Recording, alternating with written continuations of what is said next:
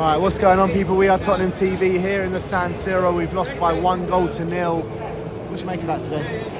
Yeah, I mean, I'm not too disappointed overall. I'm obviously very frustrated with the fact that we had a lot of possession, a lot of good opportunities to make dangerous situations.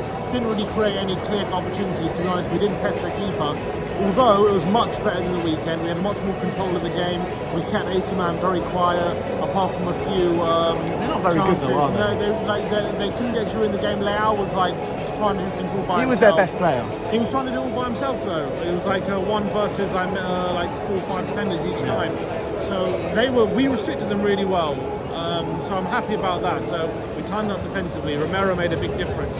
But going forward, we just struggled to create opportunities and break them down. We couldn't manipulate the play well enough to have opportunities. Son and Kane and Kulusevski, to be honest, all three of them didn't really link up too well. It wasn't particularly great from them. But there were some really big positives, and the biggest one of all was definitely Papa Matasar. Probably the second biggest one was only Skip, but we'll go into Papa Matasar first, because I really thought that this kind of performance for Papa Matasar, long term, that could be a massive positive for us. I've been banging on the Pape Matasar drum since he got that cameo the first time he broke into the team this season. I think every time we've seen him play this season, I think he's been brilliant, and today he was our best player by far. For me, this was his best performance of the season so far. I thought he was absolutely brilliant, especially to do it in such a big game where we had to up his game in such a in a round of 16 away from home, when we just had our best midfielder ruled out and also our second senior midfielder is suspended. We needed a big performance today, and the fact that we nearly got something out of the game was a big part, down to how much ground he covered. And it wasn't just that, quality on the ball was absolutely fantastic. Recycling the ball, spraying it really well. But I mean, there wasn't enough good quality on the ball from Tottenham today. I mean, we got it into good stages many times, and it was always the last ball that kind of let us down time and time again. Emerson Royale, I mean, really good display defensively today, but every time you've asked him to go forward and play a ball, wasn't really there. I mean, Kulusevski, I mean, he's been poor for the last couple of games now, and today couldn't beat his man again. And I don't know what's going on with these attacking players at the moment, but they can't seem to break down teams, can't seem to fashion a chance. And yeah, I think Pape Matasar and Ollie Skip did really well, but they don't do enough to break down teams, in my opinion. Not by themselves. That's where the wing-backs and forwards should come in. When we put the ball in the centre, their job was pretty much spread out wide. That's pretty much what we do, and then we try and pass the chances that way. I actually thought Perisic wasn't too bad today overall, especially defensively. Going forward, I was a bit disappointed. That's it, but Perisic though, if he's not doing anything going forward, I mean, yeah, he put in an alright shift defensively today, but it's not the Perisic that we've been seeing for the first half of the season. I mean, where are these attacking outputs gone? Yeah, I mean, it wasn't that long ago that he got one, but today he wasn't really on it.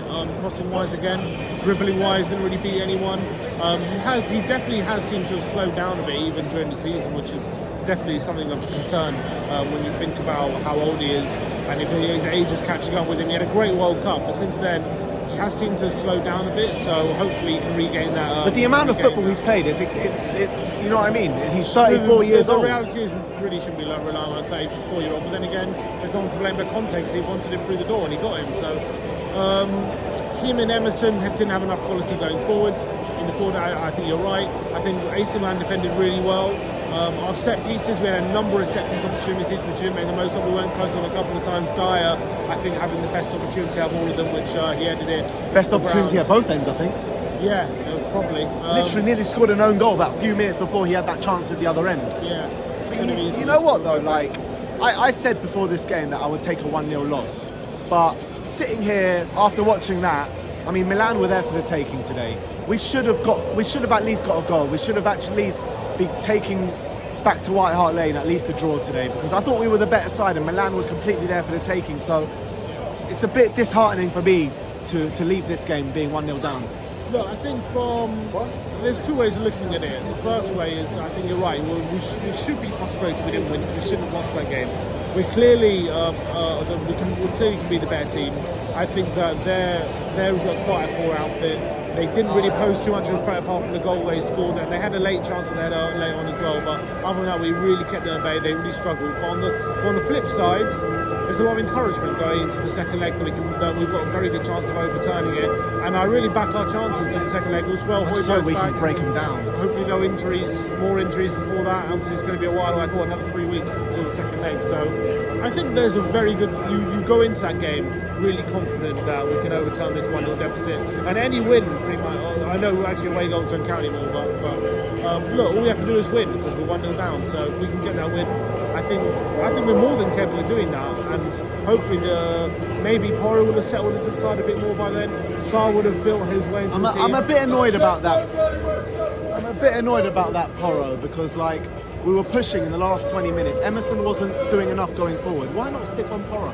Why not, throw something at them a bit more? I think he just didn't want to concede a second. He wanted fair enough. Yeah, he wanted to think, look, if we get an equaliser, we get it. But the most important thing is, of course, if it goes 2-0, it's a big different story next week in the back of Tottenham. But a 1-0 completely open for us, and I think we're probably still favourites to go through. Even judging by that. I agree. Look, we got all the chance in the world, in my opinion. So I've got to be encouraged.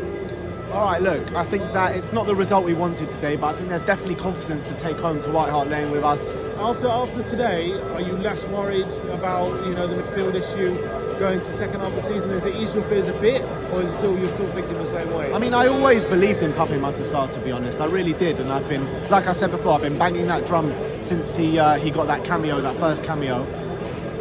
It's worrying because none of the midfielders that we have give that Bentancur press. There were so many opportunities today where they were passing it in the midfield, passing it in the defence, where Bentancur would have been right down their throats, and we didn't have a midfielder that would do that today. Maybe Sarr can do it. I hope he can, but he didn't show that today. We didn't show that, that grit that Bentancur shows of pressing from the front. But it was more in the middle of the park in terms of like pressing forward and winning it high up the pitch. You know what I mean? So I want to see that a bit more of that from Pape Matar Sarr, because that's what Bentancur gives us. That's the difference that Bentancur gives us that none of the other midfielders give us, and we get so many goals like that as well. So I want to see a bit more of that from Sarr before I really say that I'm relieved of the midfield fears, because they're still there. But you've got to give a big up to both of them today, Pape Matar Sarr and Ollie Skip. I thought they were both really good. Both our two best players, really solid. They both were not alive. Like they both really stood up to each challenge that was thrown at them throughout the whole game. They were really strong in the challenge. They won so many recoveries. But I just want to see more going forward from him. No, I thought Sarr, for me, on the ball, that's what he really shone. I thought his ability to know when to move, when to pass it, when to kind of charge into space. Was really impressive. I was really happy with Pape Matar Sarr, I have to say.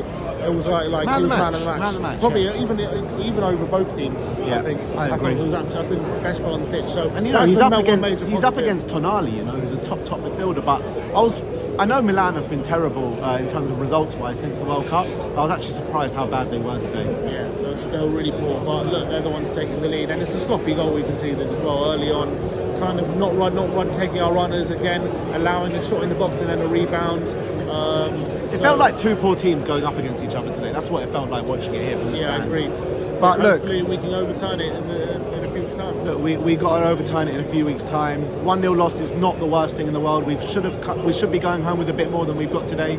But let's take them back to White Hart Lane and let's get the result. A few positives to take from tonight. And we'll see how we go in a couple of weeks. But big games to come before then. But that's us over and out from the San Siro. To be continued. Exactly. We'll see you very soon. Like, subscribe and comment. And as always, come on Spurs.